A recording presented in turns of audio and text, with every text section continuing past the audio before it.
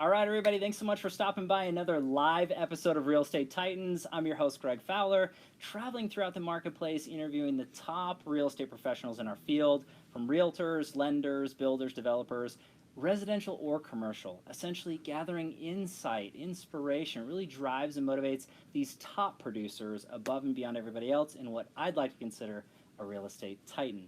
Our very special guest and feature titan for today, Stephanie Nealy. Stephanie, thanks so much. Thank you. I'm honored to have you. I really appreciate you taking the time today. Thank you. Thanks for having me. For sure. And I'm super excited just to dive in for everybody out there to really get to know you deeper as a person, as a professional. So let's just jump in. All right. So the first question is just really telling everybody a little bit about yourself. Sure. So I am a Colorado native, born and raised pretty much up in northern Colorado.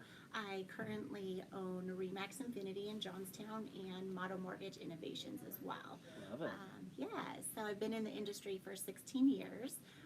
Recently had the opportunity to open up my own franchise about a year and a half ago, and I have grown that to about 24 agents right now. So it's actually going really, really great. Okay, and that's huge into it. And I always try to stipulate with everybody who's out there, you know, real estate is definitely a tricky business. And I think there's a lot of curiosity into people saying, you know, what got you into the business in the first place? I mean, why real estate, Stephanie? Yeah, so it's actually all that I know. Okay. I started working for a real estate company when I was 19. Wow. And yeah, and loved it. I just knew it's what I wanted to do. Cool. The owners of that company had me get licensed. Really didn't know what I was doing whatsoever. Never bought a home or Anybody, anything. right? Yeah, so I got licensed when I was 19, and I actually door knocked. I worked for a company down in Denver, Okay. and we pretty much scraped all of Cherry Creek at that time. So this was back in '99, Okay. and I got licensed. I door knocked, and I just, I got my knees dirty, and I actually liked it though. It was really, really rewarding. I was 19 years old. I was making great money, and just fell in love with it and knew that's what I wanted to do forever. And it's actually all that I've ever done. So That's hugely inspiring, and there's not a lot of professionals out there that knew. It's one of those things that usually you fall into or something happens, and especially, you know, starting at such a young age, what an amazing opportunity, because a lot of professionals, and correct me if I'm wrong, they always tell me, hey, I wish I would have started much earlier. You know, if they start in their 40s, they wish it was the 30s. If it was in the 30s, it was 20s. It's always, you know, so. Absolutely. I hear so many people say that, the one thing that they could go back in time and change is starting earlier. Wow, awesome. So I'm grateful to have had that opportunity, because not a lot of people actually do. I had someone that believed in me and saw my worth. Sure. And thank goodness, because that's where I am today. So. Wow. Awesome. Okay, I want to dive a little bit deeper into the brokerage. So what was that like, and kind of going through that and starting your own thing that way? I mean, it's not an easy feat. Yeah, so I've actually been with Remax from the start of my career, pretty much. And I left Remax for a very short time. Okay. Went to a small local brokerage, and at that time is when Remax approached me with this opportunity. Oh. So they were interviewing, oh goodness, I think it was like 12 other people. They had one franchise that they wanted to open up north. Okay. And I got selected.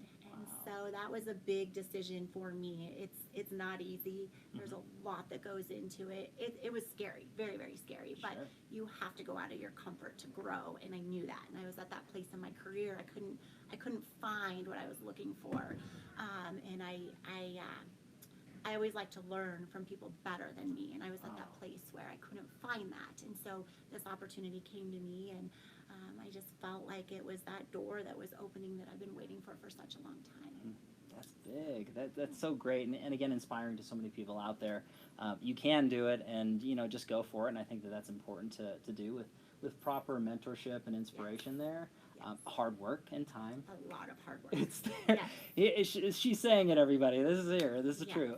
So I do want to shift gears, because I think that this is a beautiful segue into what a lot of the people really want to know with top-tier professionals, and especially into the Titan series. why you do what you do. I mean, what motivates you, what drives you to do what you do to the level you do it at? What's your why, Stephanie? My why is different today than it's Okay. ever been. I've always loved helping people. I don't believe that I'm in sales. I believe in finding what people want, Mhm. and that's really it for me.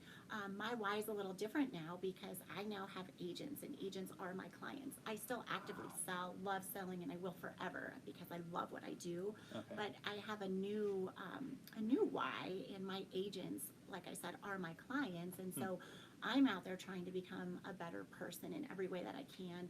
I am now a leader, and that makes everything so different. But my biggest why is actually knowing what I don't want, learning Okay. from what maybe I used to be that I didn't like. And so every day I see the way people not even just run their businesses, just who they are and things that they do. And that, knowing like, I don't want to be like this person. Sure. It almost drives me to try to be a better person in very different ways. Right. So just knowing what I don't want to be is my why.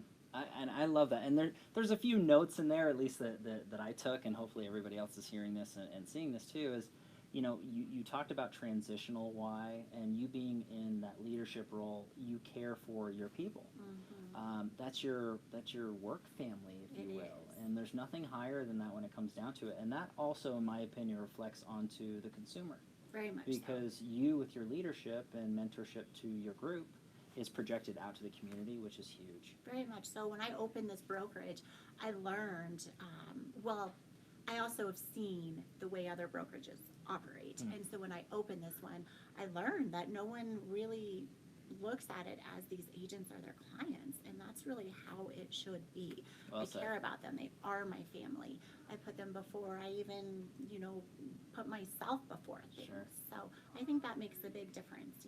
Retention and just really caring about your people are very, very important. Well said. And I think that's going to resonate with a lot of people, and maybe a few people scratching their heads saying, is my brokerage doing that for me? I don't know. That's right. It should be. We're not trying to stir the pot here, but it is there. So, but thank you for sharing that. I think that's important for everybody to know really what drives you, motivates you. So let's go to the advisory portion of this particular series. The listeners, the avid subscribers to the show, whether they're newer agents or real estate professionals or seasoned, they want to know what the Titans have done or are doing to grow and scale their business. Tips, anything that pops in your head. So if you could look back at your business thus far, pick or choose one or two things that you added that took it from one level to the next. What's that look like for you? Sure. The hardest thing for me was changing with the industry. Okay.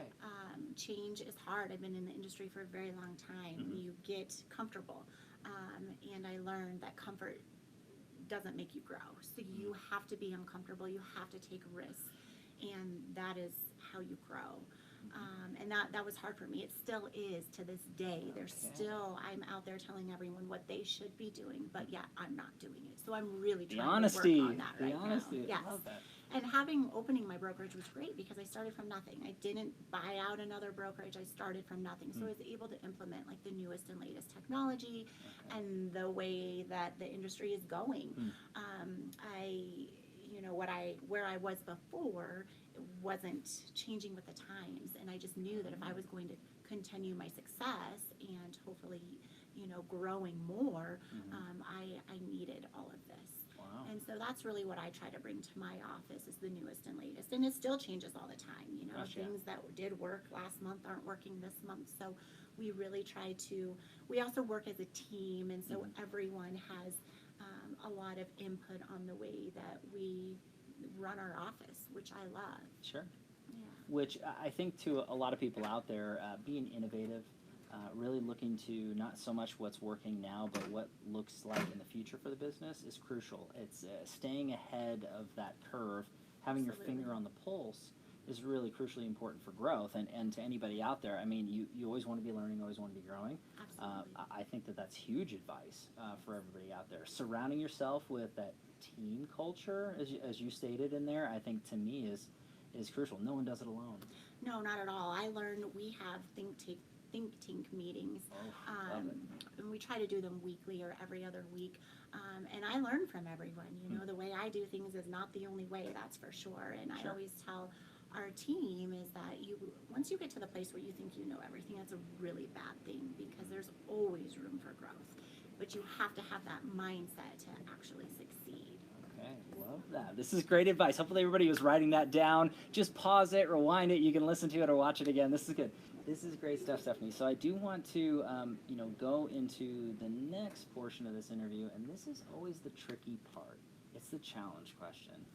So I always stipulate this out to everybody that we're all, in that realm of challenge. No one's exempt, whether it's in the past, now, or in the future. We all deal with struggle, hardship, whether it's personal, professional, however we go along. But I'm a firm believer, it's not so much what happens, but what we learn from it and how we respond and what we can share with others.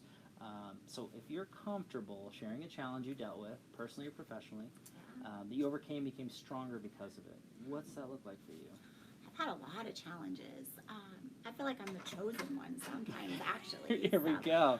I mean, one big thing that I feel like a lot of seasoned agents have been through is balance and making time for your family.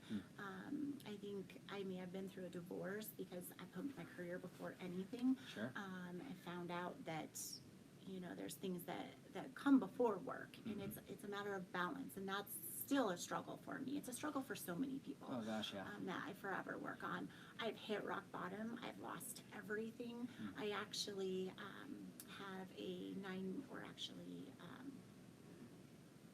I guess going back, I have a daughter, and so not long after I had her, I took 2 years off. Okay. That's kind of when I hit rock bottom. Came back after those 2 years, and that time off was needed. I needed to regroup. I needed to refocus, and it was probably the best thing that's ever happened to me. I have a new appreciation. Things don't just come to you easily like I was used to. And so I feel like I've really grown from that. I feel like anyone successful has probably hit rock bottom at some time. Yep. Nothing, our market's been a great market the last few years, so these new agents that have been in the industry for the last few years think that it's, so easy and it all comes like that, and that's not how it used to be. I always say you gotta skin your knees, because you do, and if you haven't yet, you will, and that's okay. You still just have to keep pushing forward. And that's my big thing, is that all the loss that I've been through has actually made me stronger. And I've gotten up from it every single time and become a better person. I've done better business, and just what's important to me is very different.